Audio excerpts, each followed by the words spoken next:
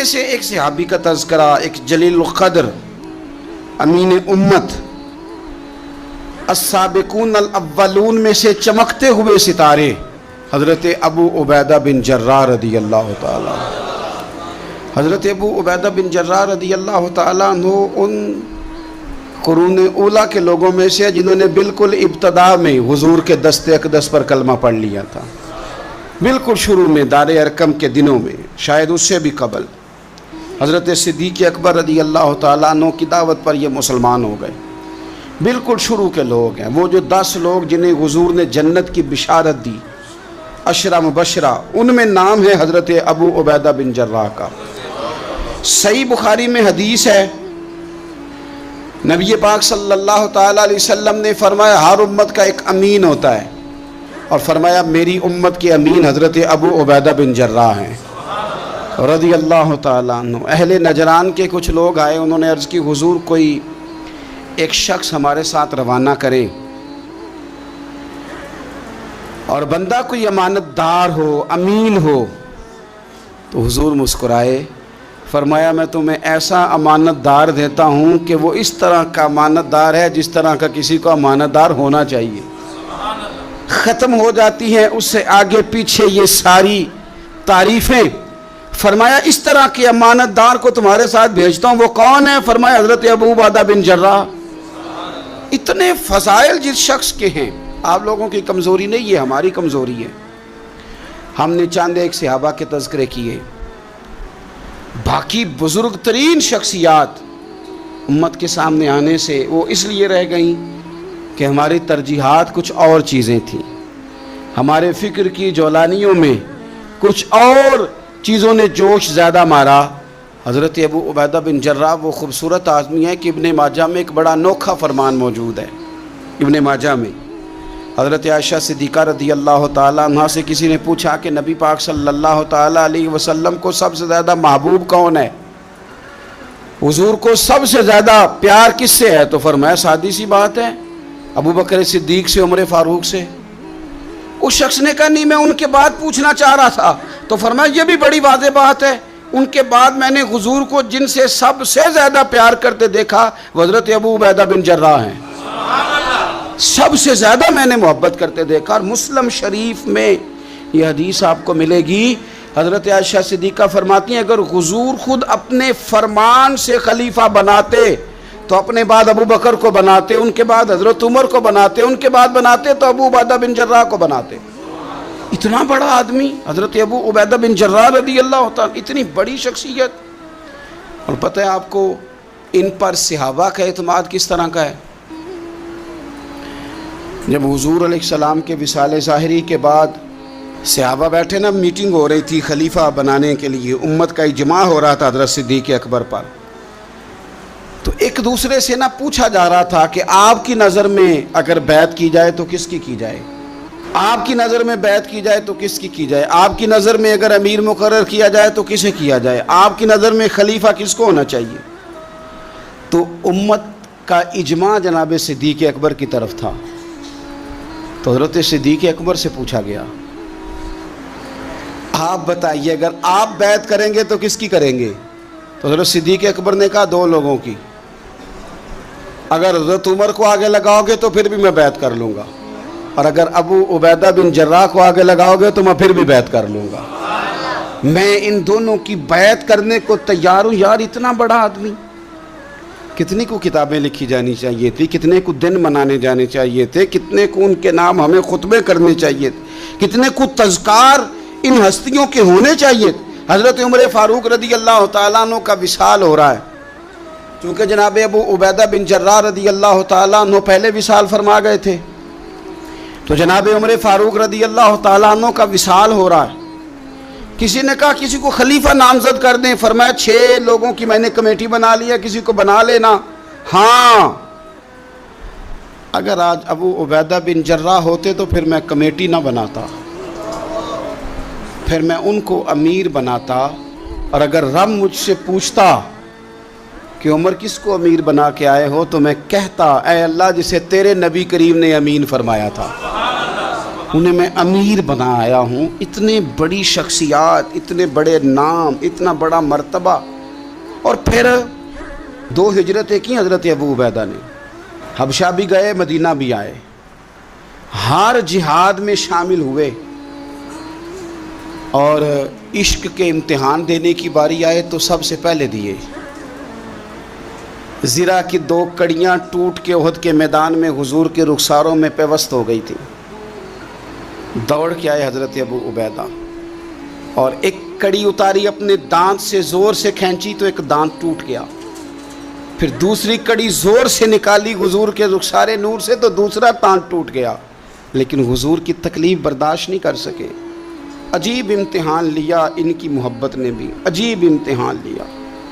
اعظم بلا سے اپنی وہ ہستی ہی کیوں نہ ہو، جو چیز اس کی راہ میں حائل ہو پھونک دو. عجیب امتحان لیا. احد کے میدان میں ان کے والد ان کے مقابلے میں آ گئے تھے. یہاں تو مقابلہ ہوتا ہے نا دولت اور دین کا، تو لوگ کمزوری دکھا جاتے ہیں. وطن اور دین کا تو لوگ کمزوری دکھا جاتے ہیں. یہاں تو مقابلہ ہوتا ہے نا ہمارا اپنے نفس کی خواہشات اور دین کا، تو غلبہ کچھ اور چیزیں لے جاتی ہیں، لیکن سامنے باپ ہے اور اس طرف دین ہے، حضور کی محبت ہے، نبی پاک کی غلامی ہے. مقابلہ ہو رہا ہے، قبول کس کو کرنا ہے؟ تو حضرت ابو عبیدہ نے پھر فیصلہ کیا، میدان احد میں تلوار اٹھائی اور باپ کی گردن کاٹ کے پھینک کے لوگوں کو بتایا کہ کائنات میں ہم سب سے بڑھ کے پیار کرتے ہیں تو مدینے والے محبوب سے کرتے ہیں. اتار دی گردن باپ کی. حضرت ابو عبیدہ بن جراح رضی اللہ تعالیٰ عنہ نے اس طرح قربانیاں پیش کی. میدان کے آدمی تھے، میدان میں رہے، ساری زندگی میدان میں رہے، لشکروں کی قیادت کی ساری زندگی. حضرت ابو بکر صدیق رضی اللہ تعالیٰ عنہ نے ان کو جہاد کے لیے بھیج دیا تھا. حضرت عمر کا بڑا اعتماد رہا. دوستی کس سے تھی؟ حضرت معاذ بن جبل سے. گہرے دوست کون تھے؟ حضرت خالد بن ولید. ان لوگوں سے گہری دوستی تھی. سادہ بود و باشت، سادہ کھانا، سادہ اٹھنا بیٹھنا، سادہ مزاج. حضرت عمر فاروق رضی اللہ تعالیٰ عنہ ملک شام گئے، یہ بھی ملک شام میں تھے. جناب عمر فاروق کے مزاج میں جلال تھا. آپ نے کچھ لوگوں کو دیکھا جنہوں نے زرق برق لباس پہن لیے، بڑے بڑے عالی شان بنگلے بنا لیے، بڑے بڑے گھروں میں رہنے لگے. تو حضرت عمر کو اتنا جلال آیا کہ زمین پر اتر کے نا سنگریزے اٹھا کے تو لوگوں کو مارتے تھے.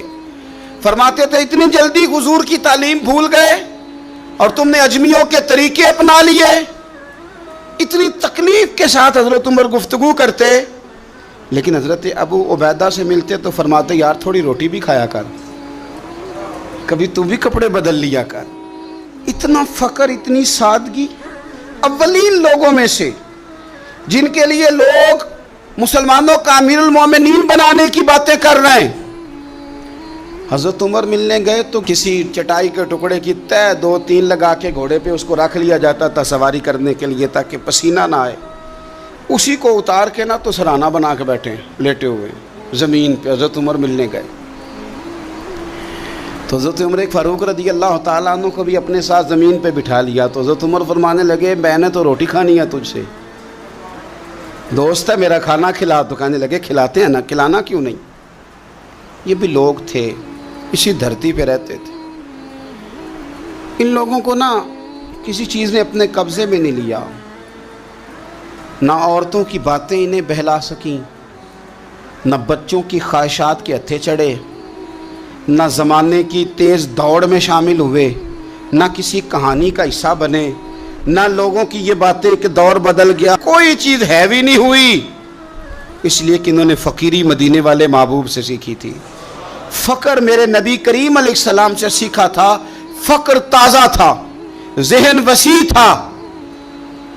حضرت سیدنا عمر نے کہا روٹی کھانی ہے تو تھیلے میں ہاتھ ڈالا، 2 خشک ٹکڑے روٹی کے نکالے اور فرمایا کھا لے. تو حضرت عمر نے پکڑ کے منہ میں رکھے، چبائے اور جناب عمر رو پڑے. فرمانے لگے ہر بندے کو دنیا نے اپنے قبضے میں کر لیا ہے، لیکن ابو عبیدہ تو آج بھی بچا ہوا ہے. دنیا تجھے اپنے جال میں پھنسا نہیں سکی، تو قابو نہیں آیا، تو آج بھی اپنی جگہ پہ قائم ہے. تو وہیں کھڑا ہے جہاں مدینے والے محبوب نے ہمیں کھڑا کیا تھا، تو وہیں کھڑا ہے یار۔ اتنے حسین آدمی، اتنا بڑا نام، اتنا بڑا قد، اتنا بڑا کردار، اتنا بڑا حسن، ہزاروں کی فوج کے سپہ سالار ہیں۔ اگر میں کہہ دوں چیف آف آرمی سٹاف ہیں، میرا خیال ہے میری بات غلط نہ ہوگی، اتنی بڑی فوج کے سپہ سالار، اور اس فوج کے سپہ سالار جس میں کئی دفعہ سپاہی بن کے حضرت خالد بن ولید بھی لڑائی کر رہے ہیں، اتنی بڑی فوج کو کمان کرتے ہیں، لباس وہی سادہ، غذا وہی سادہ، انداز وہی۔ رومی بہت بڑی طاقت سمجھتے تھے اپنے آپ کو۔ جناب عمر کے زمانے میں ان کے خلاف لشکر کشی ہوئی، امیر کون ہے؟ حضرت ابو عبیدہ۔ ہاتھ میں تلوار پکڑی، گھوڑے پہ بیٹھے چلے گئے، محاصرہ کر لیا رومیوں کا، گھیر لیا۔ اب رومیوں نے کچھ تھوڑی سی مزاحمت کرنے کی کوشش کی، باہر آئے لیکن کچھ بھی نہ ہو سکا، منہ کی کھا کے واپس اندر چلے گئے۔ کئی دنوں سے حضرت ابو عبیدہ کی فوج نے محاصرہ کیا ہوا ہے، جب تنگ آ گئے تو پیغام بھیجا کہ ہم صلح کرنا چاہتے ہیں۔ فرمایا صلح تو مسلمانوں کا پسندیدہ کام ہے، آ جاؤ۔ ہم نے کہا جی ہم جزیہ دے دیں گے، ہم کسی طریقے مسلمانوں کے اطاعت میں آ جائیں گے، آپ ہم سے بات کریں۔ فرمایا بھیجو۔ ان کا سپہ سالار آیا، انہوں نے روب ڈالنے کے لیے نا مسلمانوں پہ سپہ سالار کو بڑے قیمتی کپڑے پہنائے، زرق برق لباس، عالی شان پوشاکیں، 5-7 لوگ ساتھ، یہ لوگوں کا طریقہ ہوتا ہے۔ وہ پریشر ڈالنے کے لیے لوگ کرائے کا مکان بھی خرید لیتے ہیں، کرائے کی کار بھی حاصل کر لیتے ہیں، لوگوں کے برتن بھی استعمال کر لیتے ہیں، کسی کے گھر سے فرنیچر بھی منگوا لیتے ہیں۔ تو آپ نے نا وہ زرق برق لباس پہنے ہوئے ان لوگوں کو آتے دیکھا۔ اب وہ بڑے اپنے انداز میں تو روب ڈالنے کے لیے آئے تھے نا، تو آ کے پوچھا مسلمانوں کے امیر کہاں ہیں لشکر کے؟ تو انہوں نے کہا ادھر ہی تھے، یہیں کہیں ہوں گے۔ بڑا حیران ہوا کہ ہم تو بڑے لاؤ لشکر کے ساتھ آئے۔ یاد رکھ لیں روب کپڑوں کا نہیں ہوتا، روب کردار کا ہوتا ہے۔ پھر پوچھا کہاں ہیں؟ نے کہا جناب وہ سامنے خیمے میں دیکھ لو۔ وہ خیمے میں گئے تو اتنی بڑی فوج کا سپہ سالار زمین پہ بیٹھے اور اپنے تیر سیدھے کر رہے ہیں۔ اب وہ بڑے زرق برق لباس میں کہنے لگا ابو عبیدہ بن جراح آپ ہیں؟ فرمایا میں ہی ہوں۔ کہا ملنا تھا؟ فرمایا آ جاؤ۔ کہنے لگا آپ تو زمین پہ بیٹھے ہیں۔ تو آپ فرمانے لگے ہمارے بزرگ زمین پہ ہی چلتے تھے، زمین پہ ہی بیٹھتے تھے، زمین پہ ہی کھاتے تھے، نیند آتی تھی تو زمین پہ ہی سو جاتے تھے۔ وہ حیرانگی سے کہنے لگا آپ اتنے بڑے سپہ سالار ہو کے اس طرح رہتے ہیں؟ فرمانے لگے میری ضروریات ساری پوری ہوتی ہیں، پھر بھی کبھی کوئی مشکل بن جائے تو میں تھوڑا سا قرضہ لے لیتا ہوں حضرت معاذ بن جبل سے، ان کو مشکل آ جائے تو مجھ سے لے لیتے ہیں۔ تو بالکل صحیح گزارا ہو رہا ہے کہ اس طرح کیوں بیٹھے ہیں، یہ کیا بات ہوئی؟ ہمارے ہاں لوگوں کا رونا دھونا نہیں، روز مکان کوئی نہیں تو رو پڑے، بچے کی شادی کرانی ہے تو رو پڑے، او ہو جی کیا بتائیں غریبی بڑی ہے تو رو پڑے۔ زمین پہ بیٹھے ہیں، زمین پہ بیٹھ کے خشک ٹکڑے کھا رہے ہیں، پر کہہ رہے ہیں بڑے مطمئن ہیں یار کیا ہوا، کوئی ایسا مسئلہ نہیں، اگر کبھی مشکل آ جائے تو میرے دوست ہے حضرت معاذ بن جبل تھوڑا قرضہ لے لیتا ہوں، ان کو ضرورت پڑے تو مجھ سے لے لیتے ہیں۔ رومی صلح بھی کر گئے، بات بھی کر گئے، پر جہاں جہاں گئے نا حضرت ابو عبیدہ بن جراح کا فقر بھی بیان کرتے گئے، وہ فقر بھی بیان کرتے۔ کیا کریں اب تو بھائی پیروں کی کوٹھیاں بھی دیکھنے کے قابل ہیں، کیا بتائیں آپ۔ اب تو جو زیادہ فقیری کا درس دیتا ہے نا اس کی پجاروں دیکھ کے بندہ پریشان بھی ہو جاتا ہے کہ اس پجاروں سے نکل کے اس نے فقر کا درس دیا ہے۔ اب تو جناب لوگ یہی کہانی آ کے سناتے ہیں، یہی کہانی، یعنی کچھ امیر لوگ ہیں وہ کئی دفعہ جلسوں کا ٹائم لینے آتے ہیں تو لگتا ہے کہ پیرانے پیر ہیں، یہ کہتے ہیں فلانے پیر صاحب بھی میرے پاس آتے ہیں، فلانے بھی آتے ہیں، فلانے بھی آتے ہیں، فلانے بھی، شکر ہے جی اللہ کا، فلانے کو فون کروں تو وہ آ جایا کرتا ہے۔ میں نے ایک سے کہا، میں نے کہا یار آپ نے لیا کیا، سیکھا کیا؟ آپ تو ابھی بھی وہاں کھڑے ہیں کہ دولت ہی سارا کچھ ہے، کیا لیا آپ نے اتنے پیروں کو بلا کے، اصل کیا کیا، ملا کیا؟ آج بھی اگر وہی کھڑے ہو تو پھر آپ نے فقر سے کیا سیکھا؟ کچھ بھی نہیں۔ پھر تو آپ نے نا میں پہلے بھی ایک دن کہا تھا، پھر کہتا ہوں، میں کہتا ہوں ہمیں برانڈ نہ بنایا کرو، خدا را مشہور آدمی سمجھ کے دعوت نہ دو، دین کا خادم سمجھ کے دعوت دو۔ ایسا کام نہ کرو کہ فلانا بندہ بڑا مشہور ہے تو اس کو دعوت دے لے۔ کبھی کبھی بڑی تکلیف، میں ابھی تھوڑے دن پہلے بڑے لمبے سفر پہ تھا، صبح میں 8:30 گھر سے نکلا، 8:30 اور میں 2-2:30 بجے وہاں پہنچا، لیکن 10 کیمرے لگے ہوئے، آپ کی کار سے نکلنے کی فوٹو، آپ کی بیٹھنے کی فوٹو، آپ کے آنے کی فوٹو، میرے گھر میں داخل ہونے کی فوٹو، فریزر کے ساتھ فوٹو، اندر والے دروازے کے ساتھ فوٹو. کیا میرا مطلب ہے معاملہ ہے؟ اب آپ کے سامنے 15 کیمرے چل رہے ہیں، آپ ٹانگ بھی سیدھی نہیں کر سکتے کیونکہ آپ کو بڑا سیٹ ہو کے بیٹھنا ہے، فوٹو ہو رہی ہے. تو کافی ٹائم گزر گیا تو میں نے ان سے کہا کہ یار میں 7-8 گھنٹے سے، مجھے مہربانی کرو ٹانگیں تو سیدھی کر لینے، اس کو ذرا بند کرو کیمرے کو، اور مہربانی کرو ایک پانی کا گلاس ہی دے دو، چائے کا کپ ہی پوچھ لو. ٹھیک ہو گیا سارا کچھ اپنی جگہ پہ. لیکن یہ کچھ مزاج، مطلب ہم نے تو بزرگوں کے پاس بیٹھ کے وقت گزارا ہے. اور میں آپ کو ایمانداری سے کہتا ہوں، میں کسان کا بیٹا ہوں. آج بھی میں بڑے شوق سے، رات میں نے اچار سے روٹی کھائی ہے. گھر والوں نے کہا کہ کچھ بنا دیتے ہیں، میں کہا اچار لے آؤ، نہ پیا ہے نا. اس لیے کہ میں غریب ماں کا بیٹا ہوں. مجھے اچار تسلی دیتا ہے، تشفی دیتا ہے، مجھے سکون دیتا ہے. میں اپنے غریب دوستوں کے اندر بیٹھ کے آج بھی فخر محسوس کرتا ہوں. بڑی کوٹھیاں تکلیف دیتی ہیں، اس لیے کہ میں نے وہ وقت بھی دیکھا ہے کہ جب ہمارے ایک تایا جی تھے تو ان کے گھر کی دیوار گر گئی تھی، تو ابھی ان کو پیسے نہیں مل رہے تھے، تو میرے ابا جی نے کہا ان کے گھر جا کے سو جاؤ. انہوں نے دیوار کے آگے 4 پائیاں لگا کے سونا ہے، کوئی گھر میں نہ آ جائے. تو مطلب یہ کہ آپ مہربانی کریں. یہ دیکھو، یہ میرے نبی پاک کے غلام ہیں، ان کی سادگی دیکھو، ان کی فقیری دیکھو. 2-4 دن پہلے بچوں کا کھانا پکا ہوا تھا، بچے لائن میں نہ، کھانا کافی سارے بچے ہیں تو رات کو لائن میں لگ کے روٹی لیتے ہیں. میں بھی لائن میں لگ گیا بچوں کے ساتھ. مجھے کہنے لگے آپ کیوں لائن میں لگے؟ میں نے کہا یہ اپنا وقت یاد آ گیا نا، دل کر رہا ہے. میں نے ان کے لیے نا پلیٹیں بنوائی ہیں، اس کے اندر سالن کی جگہ چٹنی کی جگہ. تو میں نے باورچی سے کہا اسی پلیٹ میں کھانا ڈال کے نا میرے لیے گھر بھیج یار، یہی والی روٹی بھیج، یہی کھانے کو دل کر رہا ہے. یہ آپ کا اصل ہے، یہ آپ کا اصل ہے. مہنگے کپڑے آپ کا اصل نہیں ہوتے، وہ تو برانڈ ہے. اس میں تو آپ بیٹھتے ہیں تکلف سے کہ ان کو سلوٹیں نہ پڑ جائے. اس میں تو آپ کسی سے صحیح طریقے سے سینہ بھی نہیں ملاتے کہ کہیں کو مسئلہ نہ بن جائے. حضرت ابو عبیدہ بن جراح رضی اللہ تعالیٰ عنہ نا اپنے گھر میں بیٹھ کے رو رہے تھے، روتے جا رہے تھے.